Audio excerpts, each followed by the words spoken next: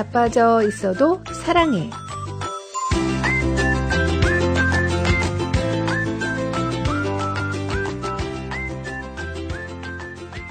안녕하세요. 미주복음방송 자빠져 있어도 사랑해. 저희는 제임스 장, 크리스틴 장입니다.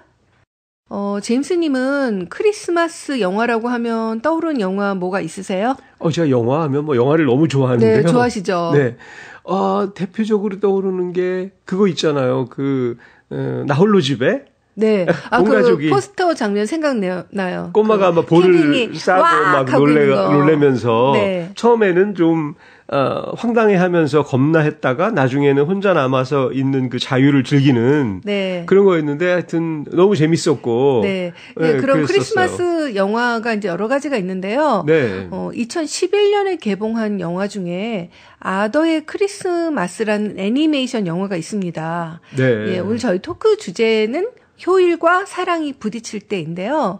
이 영화가 오늘의 주제와 연결이 돼 있어서 그 줄거리를 좀 소개해 드릴게요. 효율과 사랑이 부딪힌다고 하니까 네. 좀 와닿는 것 같아요. 효율적인 걸 따지는 것과 또 사랑을 얘기할 때 맞아요. 서로 좀 부딪히겠네요. 예. 근데 이제 이 영화 내용을 보면요.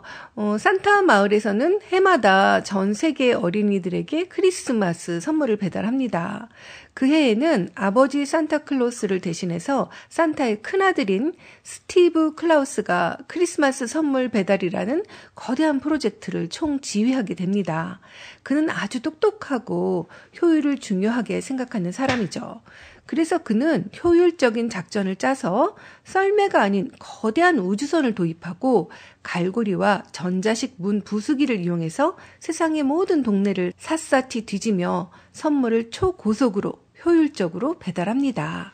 만화 영화 답네요. 네, 그렇죠. 네. 드디어 모든 선물을 다 배달하고 이번 프로젝트의 성공을 축하하려는 찰나 실수가 발견됩니다. 영국의 작은 마을에 사는 그웬이라는 소녀가 보조 바퀴가 달린 자전거를 갖고 싶다고 산타에게 편지를 보냈었는데 이 선물이 빠졌던 거예요. 큰아들 스티브는 오차 범위는 0.00000000001514834 등에 불과하다면서 네. 거의 오차가 없다는 거죠. 기술적으로 계산된 거라서. 네. 그런데 한 아이쯤은 빼먹어도 된다고 하면서 선물 배달을 마무리합니다. 네. 하지만 산타의 막내 아들인 아더는 상처받고 소외될 그 한 아이의 마음을 그냥 내버려 둘 수가 없었습니다. 그래서 아더는 산타직에서 은퇴한 할아버지와 루돌프 사슴, 마법 요정과 함께 썰매를 타고 선물 배달에 나서게 됩니다.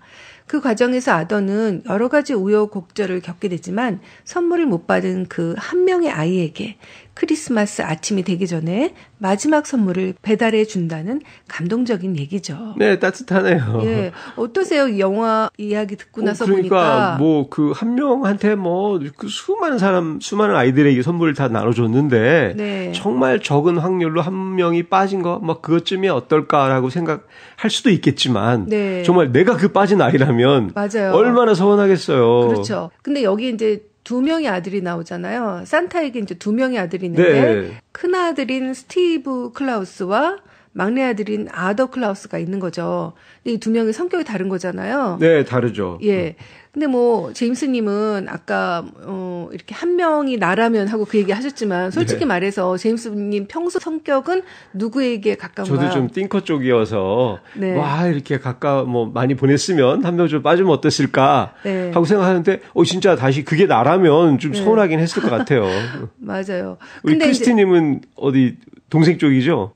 아니, 저도 이제 만약에 제가 그 일을 맡았다라면 이제 시간이 거의 다 지나가서 많지 않은데 크리스마스 전날에 다 배달을 해야 되는 거잖아요. 근데 이제 그 한 명 때문에 이제 다시 모든 걸 다 동원해가지고 해야 되는데. 그렇죠. 다 끝나고 와서 철수하고 이제 짐 풀고 다 나왔는데 네. 갑자기 하나 발견되면 또 그 하나 때문에 다시 또 준비하고 가야 되니까. 네. 그래서 좀 고민을 할 것 같아요. 그리고 좀 평소에 또 제가 일하거나 사역할 때 생각해 보면 그냥 작은 부분에 대해서는 하고 그 한 사람을 그렇게 깊이 생각했던 것 같지가 않아요. 네, 그랬었나요? 네. 제임스님도 좀 그렇던데. 그러니까 저는 제가 띵커여가지고 그런데 막상 그게 나라고 생각해 보면 좀 너무 아쉽고 그래서 또 못할 것 같아요. 아무튼 이 영화에서 똑똑하고 경영에 능한 장남 스티브는 효율을 중요하게 생각하는 사람입니다. 성경에도 효율을 추구했던 사람이 있었죠. 바로 가롯 유다입니다. 가롯 유다는 예수님을 팔아넘긴 배신자로 유명하지만 그는 예수님과 제자들의 재정을 도맡아 관리하던 똑똑한 사람이기도 하죠. 요한복음 12장에는 값비싼 향유 한 통을 싹 다 예수 그리스도의 머리 위에 부어버린 마리아의 이야기가 나옵니다. 가롯 유다는 마리아를 다음과 같은 말로 질책합니다. 이 향유를 300데나리온에 팔아서 가난한 사람들에게 주지 않고 왜 이렇게 낭비하는가? 가롯 유다는 어쩌면 12제자 중에 가장 신뢰받는 제자였을 수도 있습니다. 그 증거로 예수의 제자들은 그에게 재정 관리를 맡겼죠. 이는 그가 제자들 사이에서 꽤나 신임을 얻고 믿을 만한 인물로 여겨졌다는 것을 의미합니다. 그렇다면 가롯 유다의 저 말은 굉장히 타당한 것으로 보이는데요. 계산이 빠르고 효율적인 그는 마리아의 행동을 이해하지 못했습니다. 향유를 팔아 수백 명의 가난한 이들에게 먹을 것을 나누어 주는 것이 더 올바른 선택이 아닌가? 그런데 그녀는 지금 향유를 그냥 버리고 있다. 도대체 왜 그런 바보 같은 선택을 하는 것인가? 라고 유다는 생각했던 것 같습니다. 네, 유다는 이해하지 못했죠. 하지만 그 행동은 마리아가 예수님을 진심으로 사랑했기에 나올 수 있는 행동이었습니다. 그녀에겐 현재 가치 있지 않은 가난한 이들보다 지금 내 눈앞에 예수 그리스도가 더 중요했다는 거죠. 이것은 생각해보면 비합리적이고 비효율적이죠. 하지만 어떻게 보면 사랑은 그런 것입니다. 가롯 유다의 눈에 비춰본다면 이는 바보 같은 짓이고 낭비겠지만요. 하지만 사랑은 버리는 것이고 포기하는 것이잖아요. 효율이 더 중요한 사람은 자신을 버리거나 포기할 수가 없죠. 사랑보다 효율이 더 중요했던 유다는 그걸 이해하지 못했던 것 같습니다. 근데 이런 경우 있죠. 여기 보면 사랑은 비효율적이고 낭비다. 네. 예. 우리가 사랑하면 좀 바보가 된다는 그런 얘기 있잖아요. 사실 사랑이 다 낭비죠.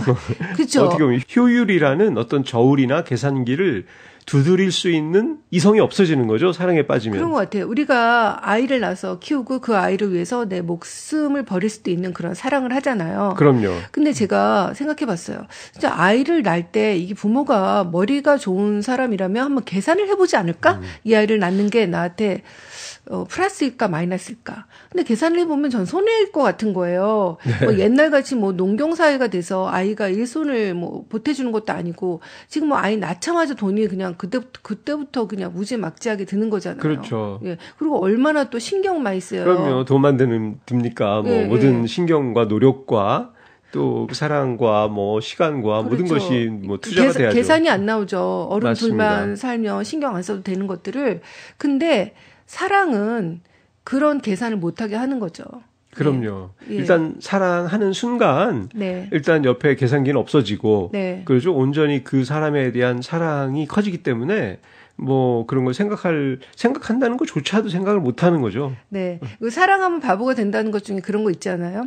만약에 남자는 뭐 서쪽 끝, 여자는 뭐 동쪽 뭐 이렇게 산다고 하면 집에 이제 바래다 주는 거. 바래다 주잖아요. 제 얘기를 하는 것 같네요. 네, 바래다 줘야 되는데 이제 여자애를 집에 데려다 줬어요. 네. 근데 헤어지기가 싫어. 그럼 여자가 근데 자기야, 자기도 혼자 가면 외로우니까 내가 자기네 집까지 데려다 줄게. 데려다 줘.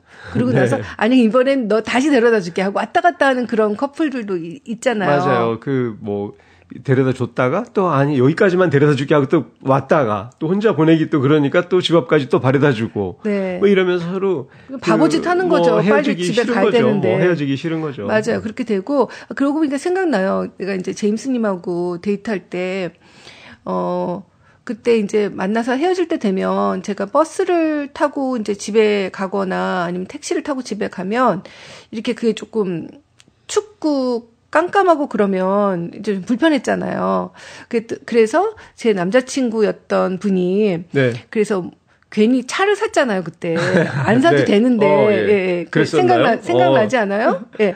그쵸. 차를 그렇죠. 샀어요. 맞아요, 차를 맞아요. 사가지고 애인을 위해서 데려다 주기 위해서 차를 샀다 그러더니 얼마 안 돼서 차 긁어먹었죠.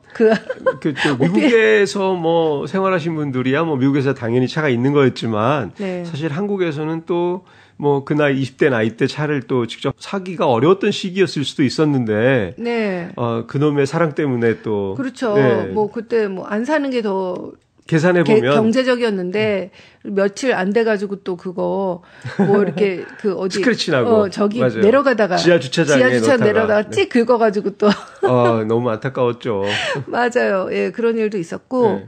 또 사랑 때문에 난 이런 짓도 해봤다 하는 것 중에 뭐가 있을까요? 네.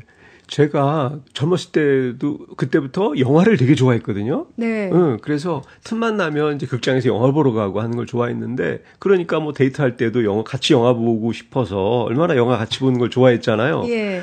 그런데 이제 제가 그 사귀던 분이 네. 그때 영화를 자기도 좋아한다는 거예요. 예. 그런데 그러면서 어떤 영화를 좋아하냐. 그래서 영화를 얘기하는데, 취향이 너무 다른 거예요. 그쵸. 네, 저는 영화를 좀 뭐 액션 영화라든가, 뭐 사이파이 영화라든가, 막 이렇게 때려 부수고 싸우고 막 시끌시끌하고 하는 아주 싫어요. 그런 영화들 네. 너무 재밌게 또 판타지 영화라든가 이런 걸 되게 좋아했는데, 이분은 글쎄 어떤 프랑스 영화를 네. 그때 제목이 뭐였죠? 하얀 손수건이었던 것 같아요. 하얀 손수건? 네, 네. 맞아요. 하얀 손수건. 예, 하얀 네. 손수건이라는 영화였어요. 네. 근데 프랑스 영화가 굉장히 좀 예술적일지는 몰라도 네. 굉장히 스토리 전개나 이런 것들이 좀 난해하잖아요. 네. 난해하고 굉장히 복잡하고 네. 그리고 근데 이 영화는 그런 영화는 아니었어요. 결말도 좀 이렇게 좀 애매하게 끝나죠. 애매하고 네. 왜냐하면 미국 영화 같으면 해피엔딩으로 좀 끝나면서 네. 딱 그 결론이 막 그 관객들한테 어떤 카타르시스를 좀 주고 이런 게 있잖아요. 네. 근데 프랑스 영화는 되게 그냥 잔잔하면서. 그렇죠. 근데 저는 이제 오락 영화를 별로 안 좋아하니까 저는 그 영화를 되게 좋아했었죠. 맞아요. 제임스님도 근데 우리 만난 지 얼마 안 됐을 때 그 영화 보러 갔었잖아요. 만난 지 얼마 안 됐는데. 재밌다고 그랬잖아요. 맞아요. 예. 그 영화 그 영화를 보러 가자고 해서 봤어요. 예. 봤는데 재밌었다 그랬죠. 재밌었다고 했죠. 했는데 예. 너무너무 제 취향하고는 안 맞는 예. 야 세상에 누가 속으로는 이랬죠. 야 이런 영화를 누가 돈 주고 보나. 예. 그랬었는데 예. 그다음에 글쎄 데이트하는데 또 보러 가자는 거예요. 영화를. 네. 난 또 보고 싶었어요. 근데 저는 영화가 스토리를 한번 알고 나면 다시 본 적이 없거든요. 네. 근데 이제 그때는 정말 또 보러 가자는 걸 제가 같이 봤어요, 또. 맞아요. 그때 아마 사귀던 초기여서 그랬던 것 같아요. 내가 생각해보니까 그렇죠. 두 번을 안 보더라고요. 절대 같은 영화 두 번은 안 보는데. 사귀던 중기 정도만 됐어도 끝까지 안 봤을 것 같은데 그 두 번을 봤죠, 우리 같이. 기억이 납니다. 네. 또 그 사랑을 또 저는 나름대로 표현을 네. 그렇게 희생을 했었네요. 뭐 저도 그렇게 따지면 영화 볼 때 저 희생한 거 많이 있는데 뭐 제임스님이 그랬잖아요. 우리 영화 취향이 다르다고. 근데 네. 그때 이제 영화관 데이트할 때 영화관 많이 갔었잖아요. 네. 주로 제임스님이 좋아하는 거 많이 봤었잖아요. 그 이후로. 저는 굉장히 사이파이나 대중적인 영화들. 뭐 대중적이지만 그건 이제 본인한테만 좋다는 거고 저는 안 좋아하는 영화도 제임스님은 꼭 따라가서 내가 졸더라도 가서 엄청 자고 욕 먹고 막 이렇게 영화가 나서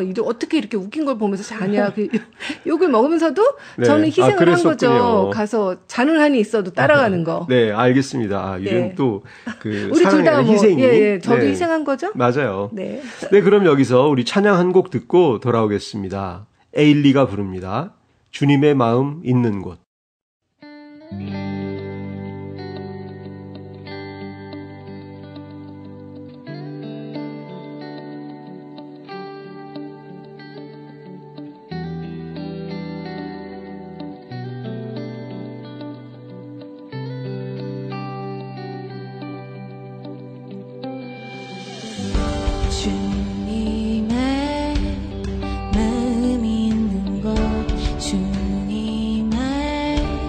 지사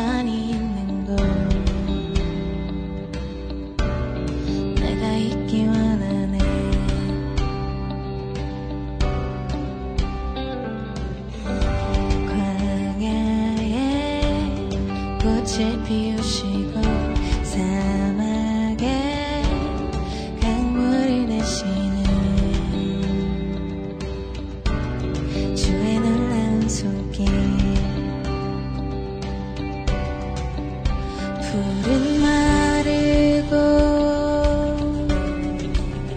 꽃은 시드나 주의 말씀은 영원하네. 전능하신 주 거룩하신 왕 주님의 말씀 이루시네.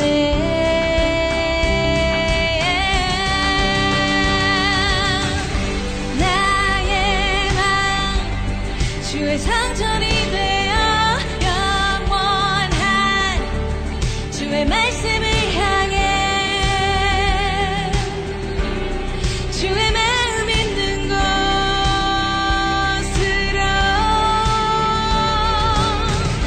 나의 삶 주의 말씀을 따라 이루실 주의 나라를 향해 주의 시선 있는 곳으로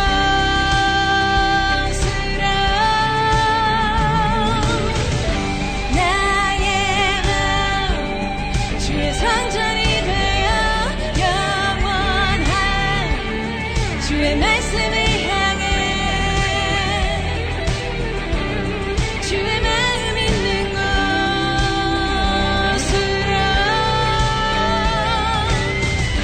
주님의 마음 있는 곳 주님의 시선 있는 곳 내가 있기 원하네.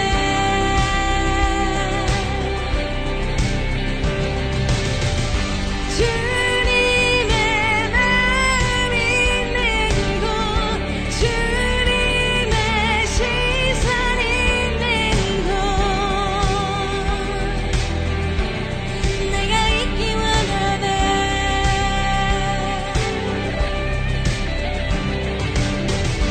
주님의 마음 있는 곳 주님의 시선 있는 곳 내가 있기 원하네.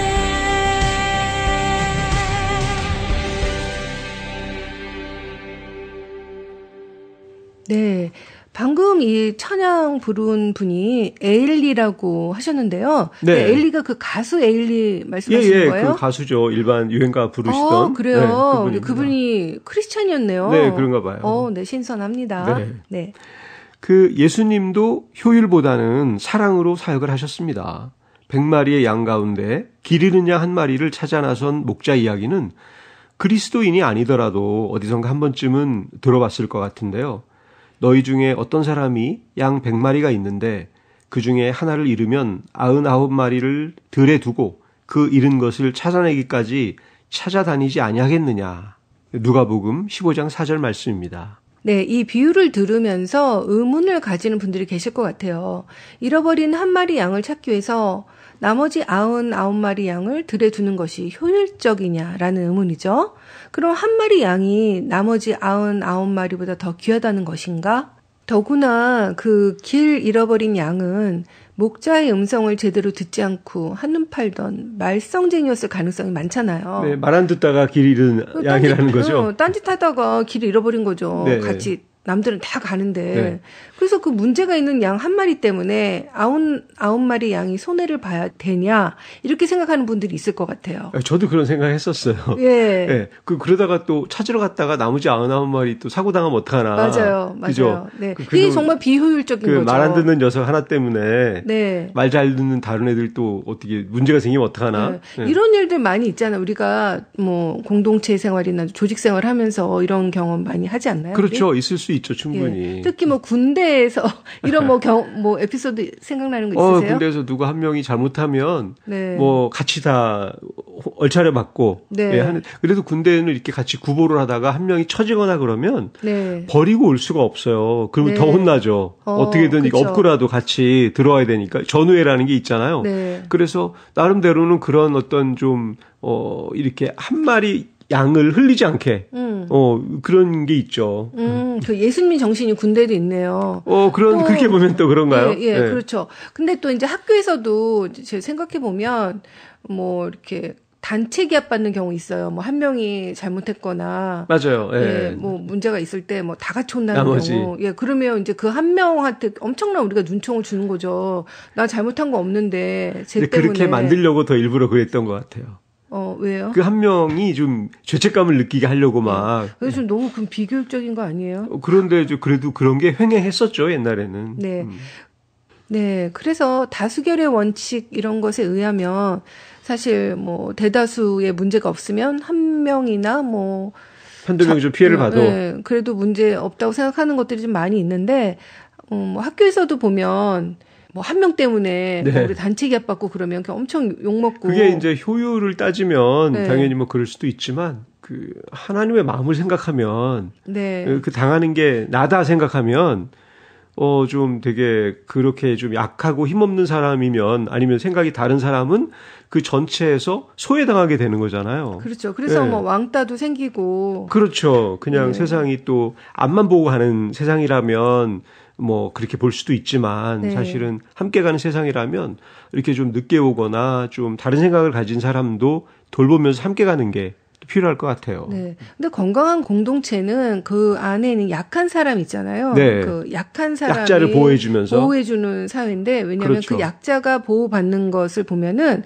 거기는 구성원 모두가 개개인이 다 자신이 안전하다고 느낀대요. 맞아요. 왜냐하면 내가 약자가 돼도 괜찮은 거니까. 그렇죠. 언제든 약자가 될 수 있는 거니까. 그렇죠. 네, 예. 맞습니다.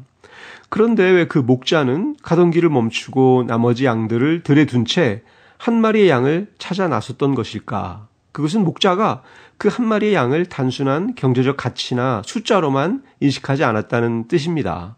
목자는 100마리 중에 그래도 한 마리만 잃어버린 것이니까 나머지 양들이나 잘 단속하자거나 또 목자의 말도 잘 안 듣고 말썽 피우더니 그냥 들짐승의 먹이가 되든 뭐 구덩이에 빠져 죽든 상관할 바 아니라고 생각하지는 않은 거죠. 네, 그렇죠. 그 목자의 심정을 헤아려 볼 수 있는 힌트를 요한복음 10장에서 찾아볼 수가 있는데요. 양은 그 목자의 음성을 듣나니 그가 자기 양의 이름을 각각 불러 인도하여 내느니라. 요한복음 10장 3절 말씀입니다. 밤새 양 우리에 가두어 놓았던 양들을 아침이 되어 풀밭으로 인도하기 위해서 문을 열어 내보낼 때 목자는 양의 이름을 불러 인도하여 낸다고 했습니다. 그 날마다 그 양들을 돌보고 인도하는 목자는 양 한 마리 한 마리의 특성을 잘 파악하고 나름의 이름을 붙여준 것입니다. 모르는 사람들은 그저 많은 무리의 양들 가운데 하나일 뿐이지만 목자에게는 그 한 마리 한 마리를 양 1, 2, 3, 4가 아니라 개별적으로 알고 구분을 해낸다는 말이죠. 네. 예쁘니, 재롱이, 먹보, 투덜이, 날쌘이 그 특성들을 알고 제각각 이름을 부여했을 것 같아요.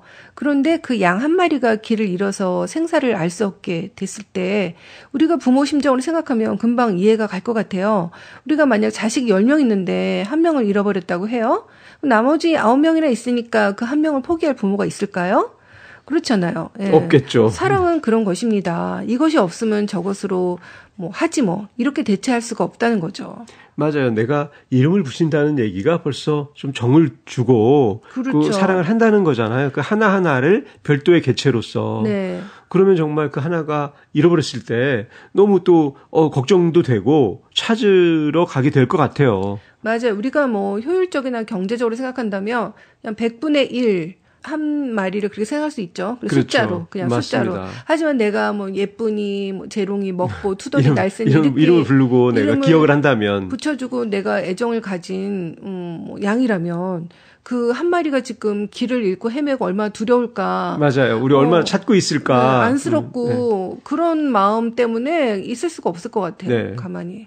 근데 그 목자는 단지 경제적 가치 때문이 아니라 위험에 처해서 두려움에 떨고 있을 그 양이 못내 안타깝고 불쌍해서 찾아 나선 것입니다. 세상은 늘 효율성을 따지지만 여기서 말하고자 하는 것은 효율이 아니고 상한 목자의 마음과 관심이라는 것입니다. 아마 효율성을 따졌더라면 하나님은 아들을 이 세상에 보내지 않았을 것입니다. 예수님은 길을 잃고 방황하는 자들을 찾아서 구원하시기 위해서 이 세상에 오셨고 당신의 죽음을 통해서 값비싼 대가를 치르시면서 죄 많은 우리를 찾아주셨습니다. 하나님은 한 사람의 영혼을 온 천하보다 더 귀중하게 생각하시고 온갖 희생을 다 감수하면서까지 찾으시는 그런 사랑의 하나님이십니다. 네. 이 잃어버린 한 마리 양의 비유는 사실 예수님이 죄인들을 환영하고 그들과 교제하는 것을 본 당시 종교 지도자들의 비난에 대한 예수님의 대답이었습니다. 예수님은 길 잃어버린 죄인이 멸망으로 가는 것을 안타까워하고 그들이 회개하고 구원의 길로 돌아오기를 바라시는 그 사랑의 마음으로 이 예를 드셨죠. 사실 예수님을 비난하던 그 종교 지도자들은 자기들이 길 잃은 양이었거든요. 그렇네요. 예, 자기들이 예. 그 한 마리 길 잃은 양이었는데 맞아요. 그걸 모르고 자기가 이제 99마리라는 생각을 했던 것 같아요. 네. 그래서 뭐 그런 생각을 하고 들으면 그 비유를 잘 못 알아듣는 거죠. 그렇죠. 내가 죄인이라는 생각을 못하고 있는 거죠. 네. 아까 우리가 영화에서 그 그웬이라는 소녀 한 명의 선물을 끝까지 찾아줬잖아요. 맞아요. 네. 근데 이제 내가 그 한 사람이라면 아까 제임스님 얘기하셨잖아요. 내가 그 선물 못 받는 한 전혀 또 사람이라면 다른 이야기가 되는 거죠. 그건 너무 큰 거죠. 맞습니다. 예수님은 그 마음으로 우리를 보실 것 같아요. 길 잃은 양, 가망 없는 인생을 구원하려는 하나님의 사랑은 독생자 예수 그리스도의 십자가 고난을 통해 구체화되었습니다. 나는 선한 목자이다. 선한 목자는 양들을 위하여 자기 목숨을 버린다. 요한복음 10장 11절 말씀입니다. 네, 사랑을 택하면 모든 것을 잃는 것처럼 보이죠. 하지만 사랑은 결국 승리합니다. 예수님은 결국 사랑으로 사망을 이기시고 부활을 통해 승리하셨습니다. 네, 오늘이 그 부활주일인데요. 예수님의 부활을 누리면서 우리도 예수님처럼 효율보다는 사랑을 선택하는 한 주가 되시길 바라면서 끝곡으로 조수와 김정석, 세연, 조시영이 함께 부르는 하나님 아버지의 마음 들려드리면서 저희는 물러가겠습니다. 미주 복음방송 자빠져 있어도 사랑해. 저희는 다음 주일 1시 반에 또 만나요.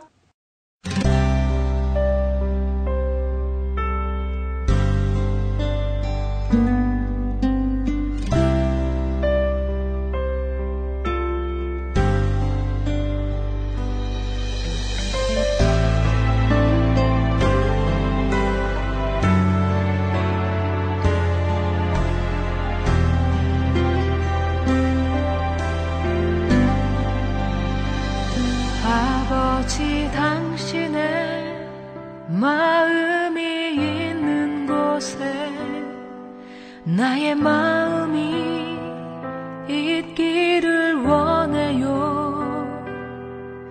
아버지 당신의 눈물이 고인 곳에 나의 눈물이 고이길 원해요. 아버지 당신이 바라보는 영혼에게 나의 두 눈이 향하길 원해요. 아버지 당신이 울고 있는 어두운 땅에 나의 두 발이 향하길 원해요.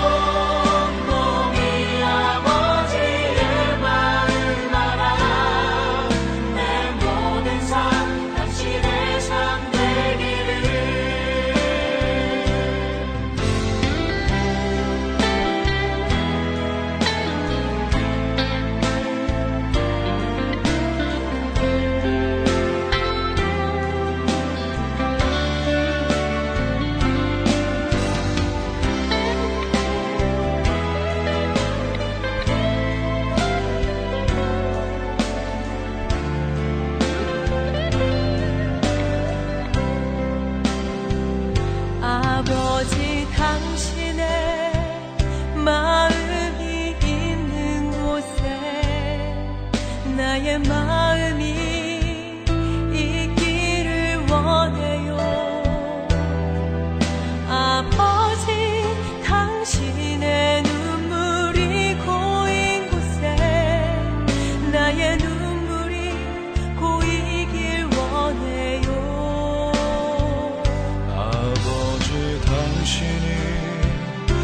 바라보는 영혼에게 나의 두 눈이 향하길 원해요.